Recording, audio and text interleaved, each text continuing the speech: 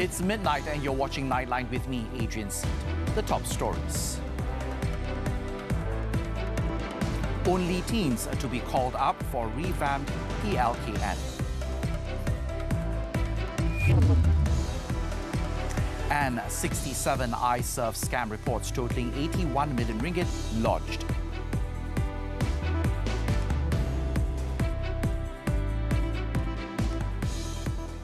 Thanks for joining us. Only teenagers born in 2007 will be called to undergo the National Service Training Program, or PLKN 3.0. The Defence Ministry said trainees for the program would be selected based on their year of birth, and only teenagers will be enrolled when the program is revived. In a statement on Friday, the ministry further noted that the maximum age for participation is set at 35 years. It said that if selected, trainees who are unable to attend the program with permitted reasons can request for a deferment. In the event selected trainees request a deferment, the maximum age to serve as a trainee is 35.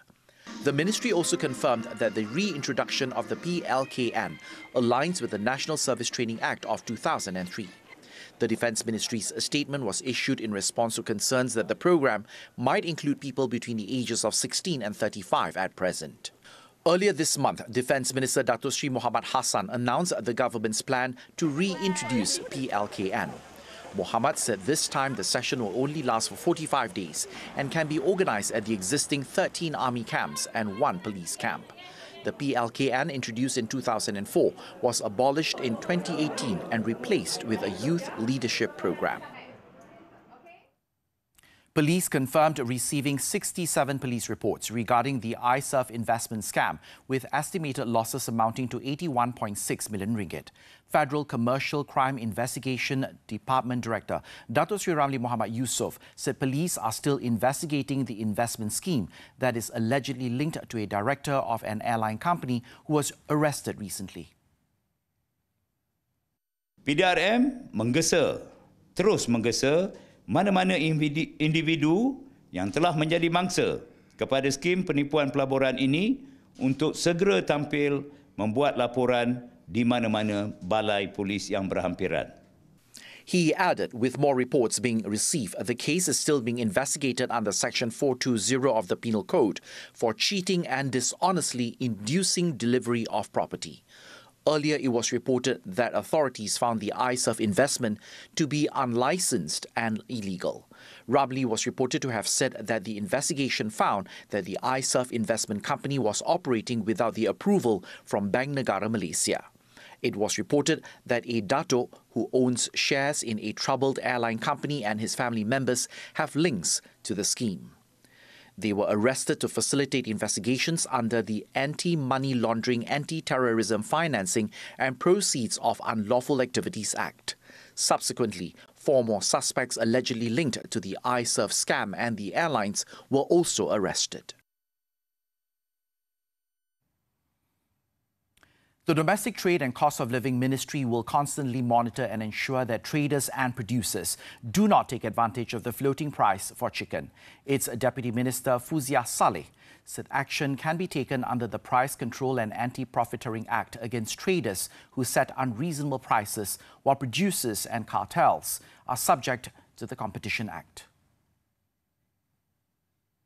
Contohnya, kalau berlaku keadaan di mana ada pakatan kartel untuk menaikkan harga di peringkat pengeluaran, ya, jadi itu juga boleh diambil tindakan. Itu kita akan guna akta lain, akta persaingan, untuk memastikan kartel-kartel tidak mengambil kesempatan juga, ya, supaya nanti kalau dia kawal, dia apa orang kata, dia berpakat, ya, harga itu naik, ya, dengan makanan ayam ke contohnya di peringkat pengeluaran, mungkin itu akan ada kesan ke bawah di peringkat pengguna, peringkat runcit. Jadi kita akan juga lihat di situ dari segi akta persaingan. She said this to reporters after conducting inspections on chicken prices at the Pasar Awam Kajang on Friday. She added that the ministry has mobilized more than 2,200 enforcement personnel nationwide to conduct inspections under the Price Control and Anti-Profiteering Act to ensure that there were no indiscriminate price hikes. The ministry is also committed to daily monitoring of the price of goods, with more than 900 price monitoring officers deployed at about 1,500 premises, including wet markets, hypermarkets and supermarkets, mini markets and grocery shops throughout the country.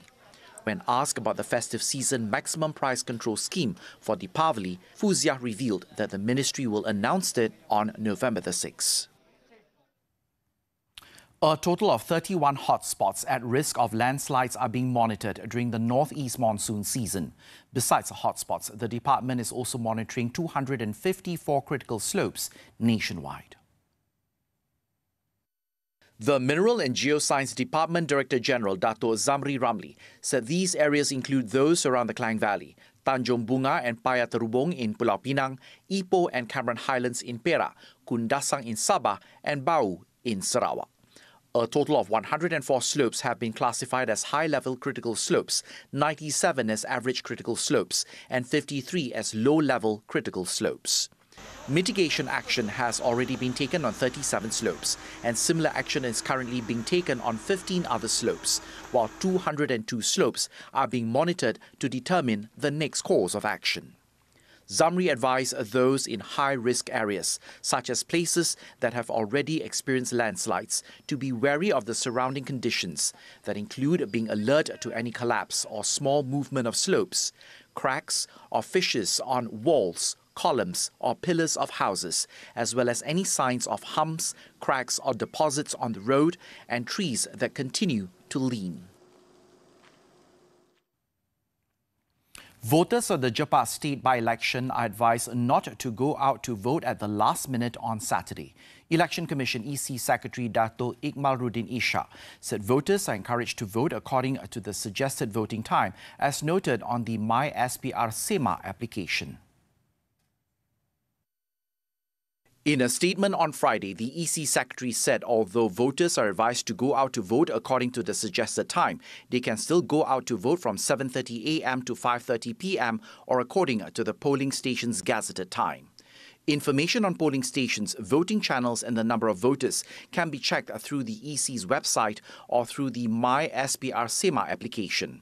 For the by-election, a total of 14 polling stations and 45 channels will be open for voting, and a total of 446 officers will be involved in the voting process. And over at the Weather Bureau, the weather is expected to be clear in Jepas in the morning of polling day. According to the Malaysian Meteorological Department, Met Malaysia, thunderstorms are expected in some areas in Bintulu in the afternoon, while rain is expected in several locations during the night. The Jepas State Assembly by-election is a three-cornered clash between Gabungan Parti Sarawak GPS candidate Iskandar Turki, Parti Bumi Kenyalang, PBK candidate Stevenson Joseph Sumbang, and Parti Aspirasi Rakyat Sarawak candidate Chiang Lea Ping. The by-election was held following the death of the incumbent Dato' Talib Zulkifli on September the 15th. The constituency has 22,804 registered voters. Kalau kita sebut Maznah binti Ismail, saya fikir tak ramai yang kenal pun. Tapi kalau saya sebut Mona Fendi.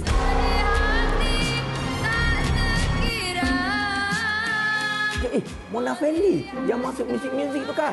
Malam yang dia dibunuh tu memang kita orang pasang kereta dia masuk.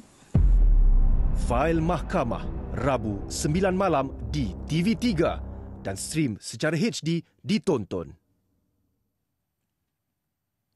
The Court of Appeal has fixed November 28th to deliver its verdict on the appeal by the former Felda chairman Tan Sri Muhammad Isa Abdul Samad against his conviction and 6 years jail and the 15.4 million ringgit fine on 9 counts of corruption involving 3.09 million ringgit over the authorities' purchase of a hotel in Kuching, Sarawak. Deputy Public Prosecutor Afzai Nizam Abdul Aziz said the defence had filed its additional submissions and the prosecution had also filed its reply submission as requested by the court. On October the 14th this year, the appellate court reserved its decision on the appeal after it completed hearing submissions from the defence and the prosecution. 73-year-old Isa was found guilty by the High Court on February of 2021 on 9 bribery charges in the Felda acquisition of Merdeka Palace Hotels and Suites in Kuching. He was sentenced to 6 years in prison for each offence, with a cumulative total of 54 years imprisonment term and a fine of 15.45 million ringgit or 18 years imprisonment in lieu of the fine. The High Court ordered the sentence to run concurrently, which means Isa is to serve only 6 years. Hezbollah ready for possible war if Gaza assault continues. News from the foreign front when we return.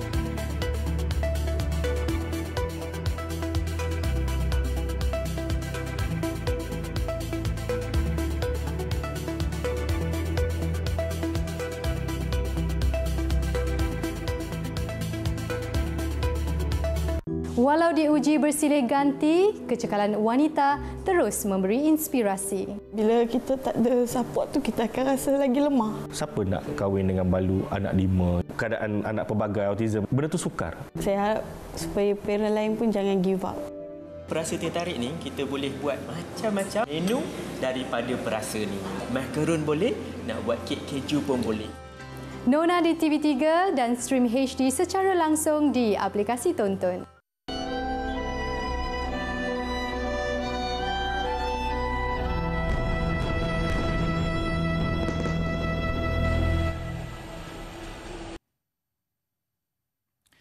We're back with news from the foreign front. Lebanon is ready for all possibilities in regards to the Israel-Hamas war, which has extended to more than one front. In a televised speech, Hezbollah leader Hassan Nasrallah said all options were on the table if the war in Gaza did not stop or if Israel expanded attacks on Lebanon.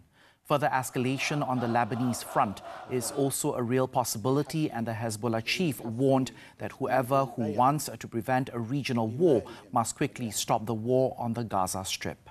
He warns that such a development depends on Israeli actions in Gaza. In the meantime, Hezbollah has been escalating its operations by the day and forcing Israel to keep its forces near the Lebanon border instead of Gaza or the occupied West Bank. قد يبدو للبعض الذي يتوقع.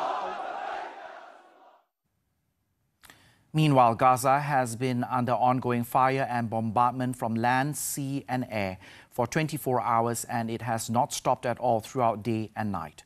The latest bombardment targeted the Al-Shifa hospital and an ambulance convoy where dozens of people were feared dead and hundreds more are believed to be injured. Amid the bombardment, the Zionist regime's military announced that its forces have surrounded Gaza's main city, while rejecting growing international calls for a ceasefire to halt bloodshed in the besieged Palestinian territory. It also said that it has uncovered and blew up a number of Hamas tunnels inside Gaza. The announcement came nearly a week after its forces expanded ground operations. An Israeli Prime Minister has ruled out ceasefire, saying that it is currently not on the table at all.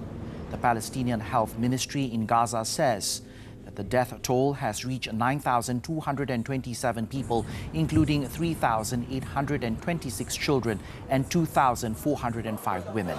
A further 1,200 children were still buried under debris, and more than 32,500 people have been wounded in the same period.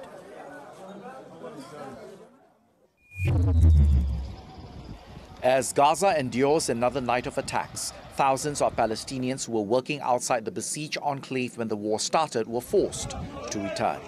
They were believed to have gone missing amid a campaign of mass arrests after October the 7th. It was believed that the Zionist regime had detained the workers who were then ill-treated by Israeli authorities. The exact number of workers present, however, remains unknown, but thousands are thought to have been rounded up by the Israeli army and transferred to undisclosed locations before local human rights organizations petitioned Israel's High Court for their release. The Zionist regime's decision to push the Gazans into the war-torn enclave, however, could well end up being a death sentence for them, as the workers may not have homes to return to and face grave danger from the continuing fighting in the territory.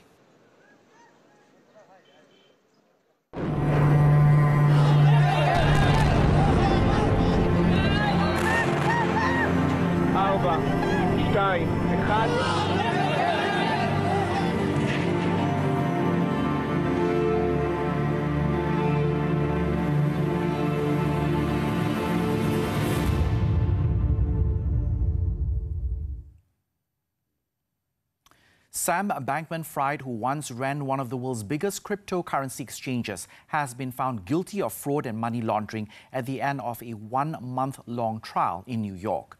Now, the jury delivered its verdict after less than 5 hours of deliberation. His sentencing has been set for the 28th of March next year. It concludes a stunning fall from grace for the 31-year-old former billionaire, once known as the King of Crypto, who now faces decades in jail. Bankman-Fried was arrested last year after his firm, FTX, went bankrupt.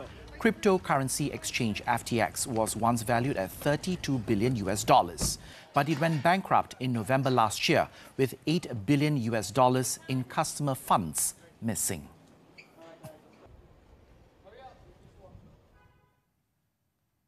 At least 10 people were killed as Storm Ciarán battered Western Europe with record winds of up to 200 kilometers per hour, causing travel mayhem with closed ports and flights and rail disruptions.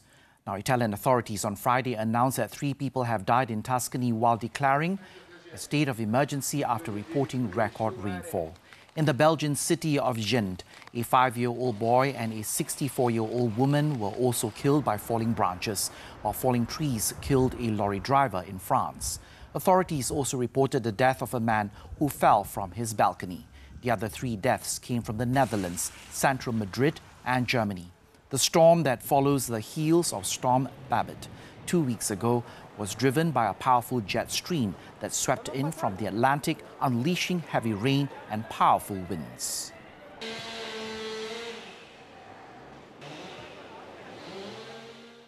A massive fire at a drug rehabilitation center in northern Iran has killed at least 32 people and injured 16 others. The blaze erupted early on Friday at the Langrud Rehab Center in Gilan province. Now, according to the province's deputy governor, Mohammad Jalai, initial investigations showed that a heater in the opium rehab camp was the cause of the fire that spread to the rest of the center's agency. The managers and officials of the center have been arrested to assist in the investigations to determine the cause of the incident.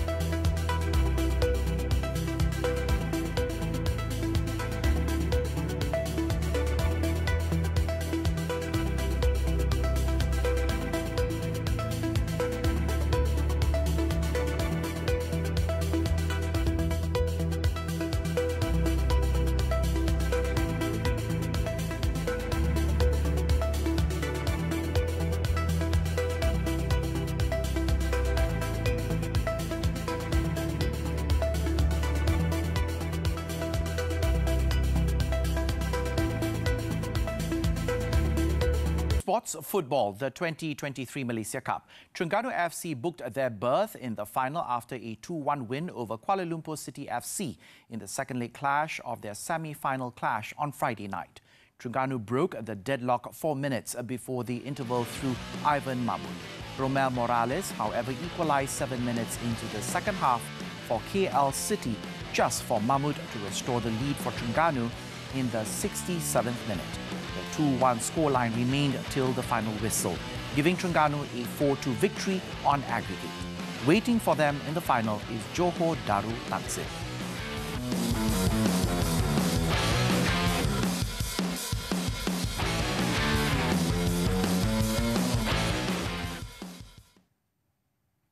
Turning to tennis, the 2023 Rolex Paris Masters. Novak Djokovic battled back from a set down to defeat Talent Griekspoor and advance to his 9th straight quarter-final. Take a look. Despite losing the opening match with a 7-6, 6-4 victory in the next 2 sets to extend his winning streak to 15 matches. The 24-time Grand Slam winner will meet Holger Rune in the quarterfinals. Earlier defending champion Rune cruised into the quarters after a convincing 6-3, 6-3 win over German Daniel Ottmeier. The 20-year-old has not dropped a set all week and has extended his winning streak to 8 matches at the tournament. Joining them was Andre Rublev. The 5th seed booked a quarter-final spot after a straight-set 6-3, 6-3 win over Botic van der Zandschulp in just 1 hour and 5 minutes. He will face Australia's Alex de Minaur next.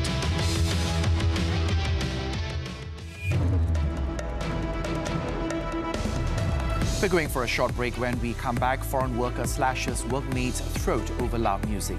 Stay tuned.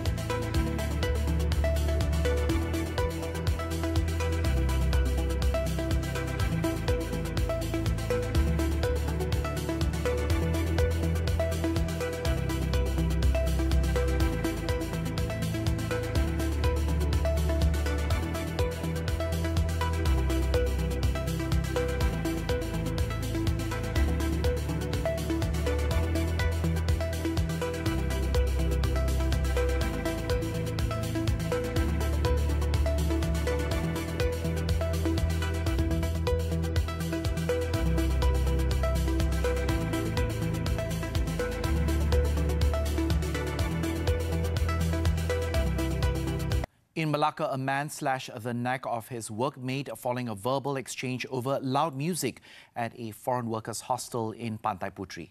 Malacca Tengah District Police Chief Assistant Commissioner Christopher Patit said the suspect, a 28-year-old Myanmar national, was detained following a report lodged by the hostel warden on Thursday. He said the victim had survived the attack with severe injuries to his neck and is being treated at the Malacca hospital where his condition is stable. The perpetrator, also a foreigner, had used a kitchen knife to attack the 35-year-old victim. The suspect, who was intoxicated, accused the victim of disturbing his peace by playing loud music. A probe is being conducted under the Penal Code for voluntary causing grievous hurt.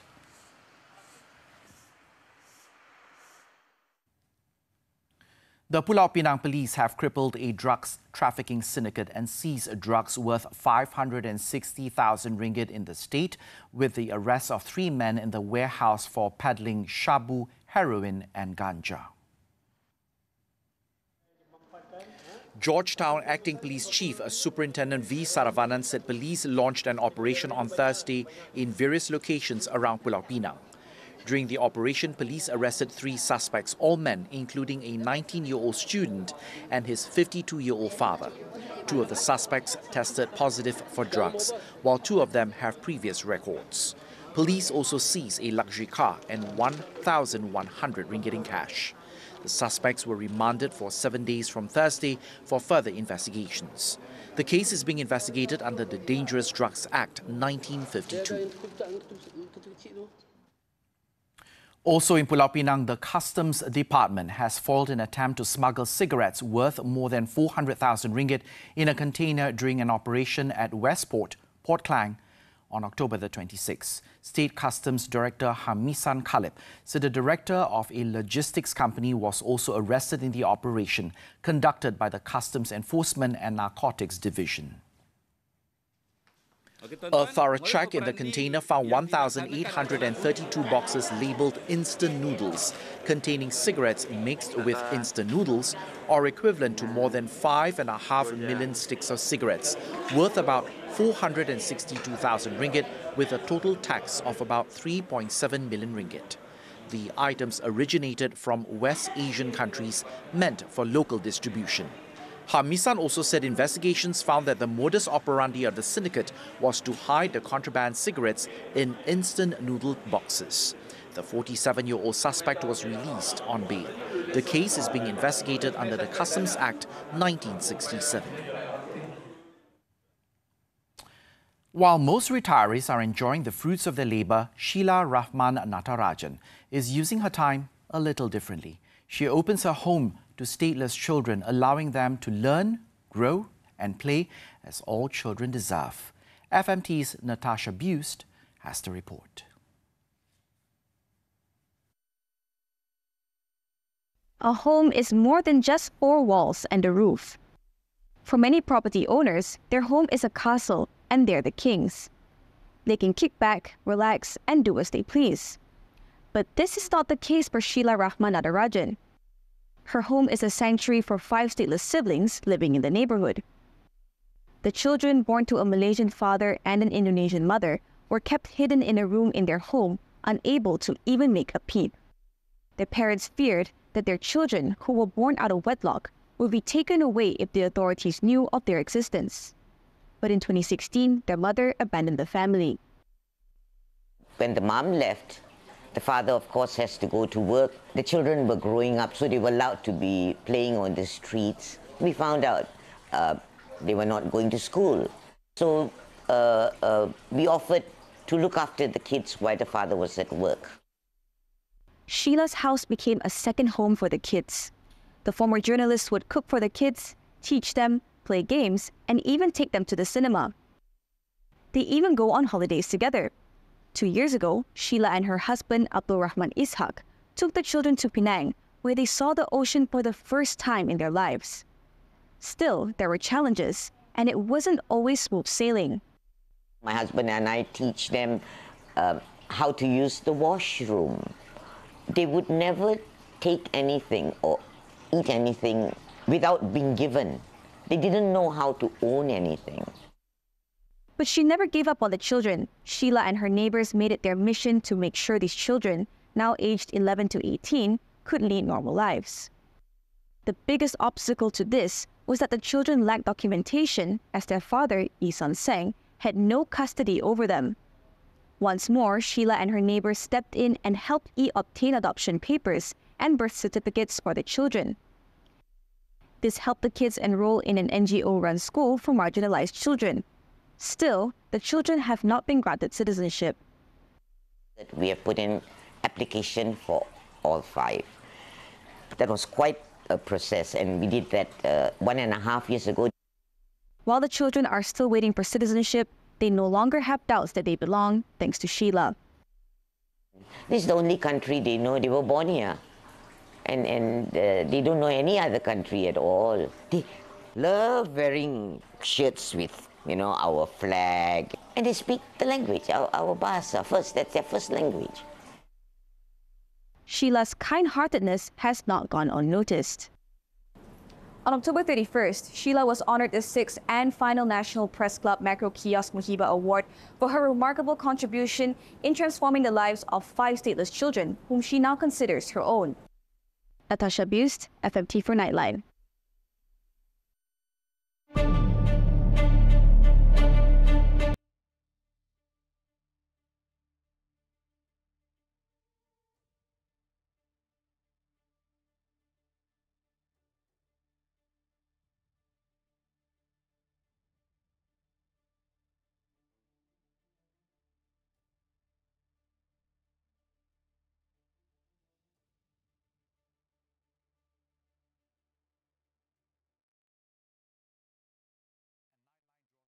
This time around. Before we leave, let's take a look at a well-preserved ancient village in East China's Jiangxi province that has become a hot tourist destination for its rich and diverse traditional architecture. With that, I'm Adrian Seet. Thank you for watching and stay safe, Malaysia.